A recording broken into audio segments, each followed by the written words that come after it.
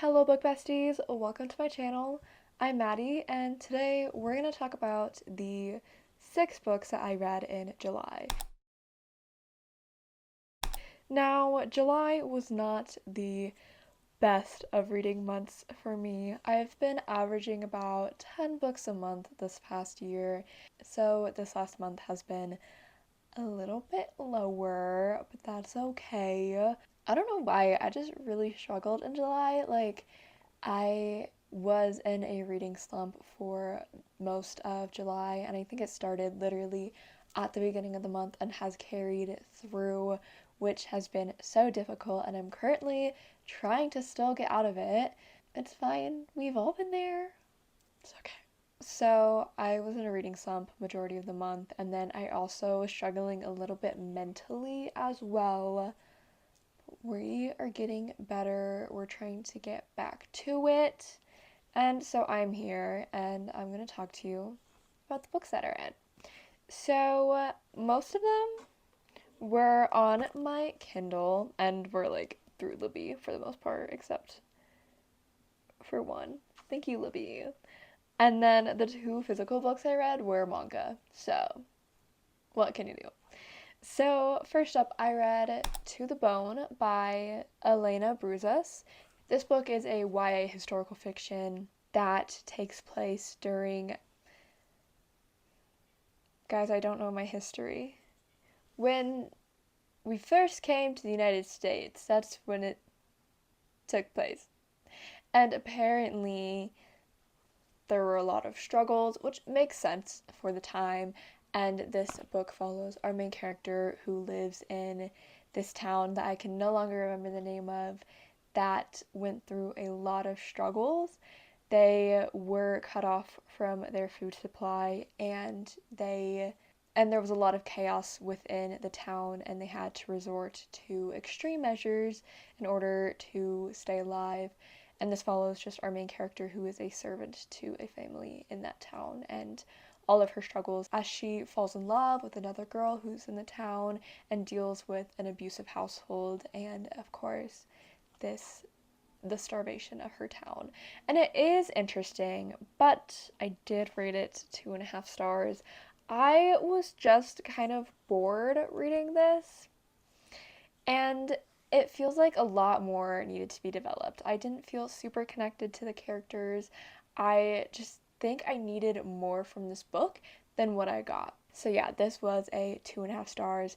I was interested enough to want to know where the story went. It didn't really end up going anywhere, but I was intrigued. I did want to know. I did feel for our main character and wanted the best for her, but I just didn't really feel that connection there that I kind of need to enjoy a book. So, unfortunate, but it happens. Okay, next I read Haikyuu volumes 1 through 3. We're re-entering our Haikyuu era. Guys, I loved this anime when I was younger. I want to say early high school. I watched the first 2 seasons because that's what was out at the time. And then, I caught up, moved on, kind of forgot about it. Or not forgot about it, just didn't keep up with the newer seasons. And then never caught up. And now none of the Haikyuu episodes are dubbed. And I struggle so much with subs, so I'm just reading the manga instead. This is in fact my sister-in-law's copy. I have gotten her into it, and guys, the hold is so strong on her. I love it. I am having such a great time. This manga series follows volleyball players. We have our main character, Hinata, who wants to be a volleyball player, but he's super short, so everybody doesn't take him seriously. But it turns out that he's actually a really good jumper and really good at spiking. So this follows his journey with Kageyama, his setter, through high school and volleyball and doing the volleyball things. I have never consumed a piece of media that has stronger queer baiting than this series. And really, that's all you need to know. I live for the ships. Okay. Next, I read Part of Your World by Abby Jimenez. Guys, finally read Abby Jimenez. So Part of Your World follows two characters who are living in very different worlds. One is the mayor of a small town, but also runs a B&B and is a carpenter and just kind of does it all in this super small town. And our other main character is a doctor from a long line of doctors. Her family owns this hospital and are very well known in the medical world. And they, have one night together and a love story ensues. This was my first time reading a book with a age gap, I think in general. And so I was very surprised when I found out that she is like 10 years older than him. I didn't know there was an age gap in this at all, but then that came into play and I'm like, oh, I was not expecting that. I wouldn't say it's a trope I don't like, but like I don't think it's a trope I'm gonna be searching for. So I enjoyed the book.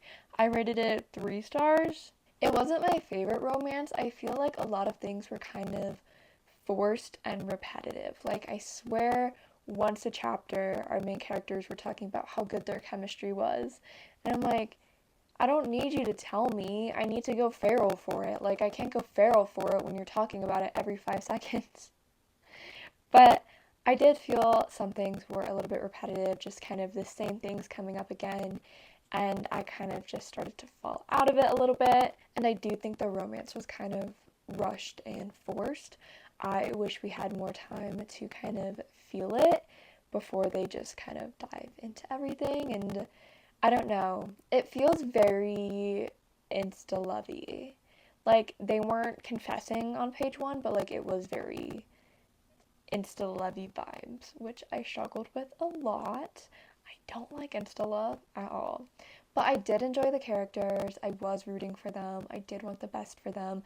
I loved our female main character and her journey through this book and just kind of trying to figure out her place in the world and how to be the best version of herself. She is very much a people pleaser, which I can relate to on a spiritual level, but she kind of starts to figure out what to do for herself rather than other people, which I really enjoyed. And I thought the characters were really well written. I just think the dynamics between them and then other circumstances kind of held me back from really enjoying this book, unfortunately. And then I read How to Solve Your Own Murder by Kristen Perrin.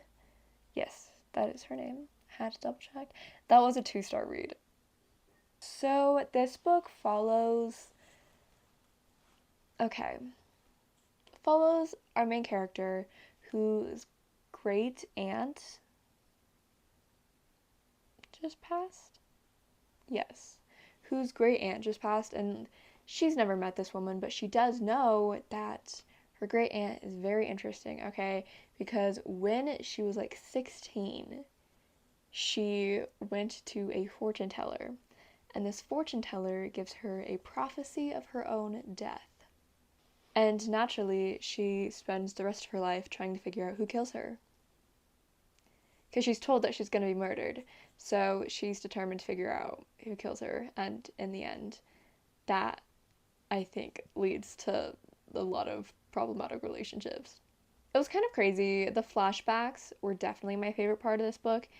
I think the flashbacks themselves could have been like their own story.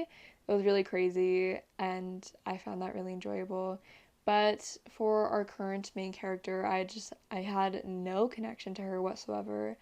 I was very bored while reading this, and I don't know, there was just not a connection there for me for this book. So I couldn't really find myself enjoying it, but I will say I was interested at some points. Like, I wanted to know who killed her. Like, that's literally all I wanted out of life when I was reading this book. I just wanted to know who did it so I could get this over with. But the rest of it leading up to it, I really couldn't care less what happened. And it was something. I read it and yeah, don't know what else to tell you.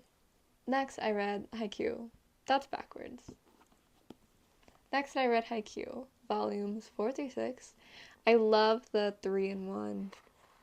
It's hard finding the 3-in-1s on like the reading apps, but I really like the 3-in-1s. I feel better counting manga when it's multiple at a time, because otherwise it feels like cheating towards my reading goal. So, but yeah, that's more volleyball. We get to meet more characters. We actually get to meet some of my favorites, Karuo and Kenma, my babies. I love them. I also forget how good Nekoma is as a team and how crazy good Kenma is. Like his brain. Also, I didn't say this in the when I was talking about the last one. When breaking up the chapters, they have like a character page and their stat block. I thought that was really cool. It has power, jumping, stamina, intelligence, technique, speed on like a 5-point scale. So it's always also really fun when you see like power 5, intelligence 1. Like we all know, like I feel like those types of characters are super common in anime and they're always just so entertaining. But yeah, I read more Haikyuu and I really enjoyed my time. I don't rate my manga, especially I think it's hard when I've seen the anime and love it so much. I just feel like it's hard rating graphic novels in general just because your journey with them is typically really short. And I think it's hard to really dive into the story sometimes because it is a lot shorter. But also, when it comes to manga, if I'm reading them, it's because like I already have an interest in them and like I've seen the anime and I feel like there's just like a bias there. And I don't really know my like anime rating scale, I guess, yet. Maybe in the future I'll figure it out, but right now I'm not rating my anime just because, or my manga, just because I don't really know how to do that yet. Maybe I'll figure it out sometime. Next and last, I read The Reappearance of Rachel Price by Holly Jackson, and this was 4 stars. This book was really good. This book is about Belle, whose mom had disappeared when she was 2 years old, and one day she just shows up walking down the street again. Like, this has been the biggest case for true crime junkies and the news and police. Is like, what the heck happened to Rachel Price? Because she just disappeared. No trace of her, nothing. Left her 2-year-old daughter in the car. Crazy. And so her coming back up out of nowhere, I feel like, honestly, feels very right for this situation, like how she disappeared and then randomly reappearing. Like, yeah, that kind of makes sense for Rachel Price and the whole situation. But Belle is like really thrown off. And I found it really interesting because Belle was very much like since the beginning, kind of like, I don't care, you're not my mom. I wish you stayed gone because then my life would still be normal. Because obviously, this is causing up a lot of drama and chaos. And Belle just does not believe Rachel at all. She keeps seeing holes in the story and is trying to take it apart. And then on top of all this, we have a camera crew because they are filming a documentary about Rachel Price and her disappearance, now reappearance.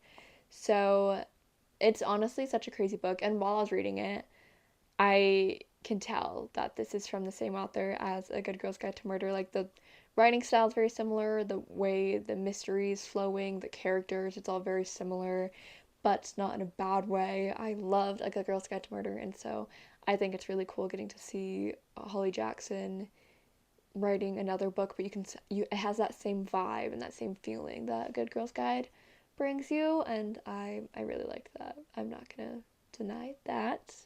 I did really enjoy our main character. I felt for this girl so much, and she's just so pessimistic and has so many problems, but I love her. The main thing I had a problem with is how quick she was to like confront people and jump to conclusions.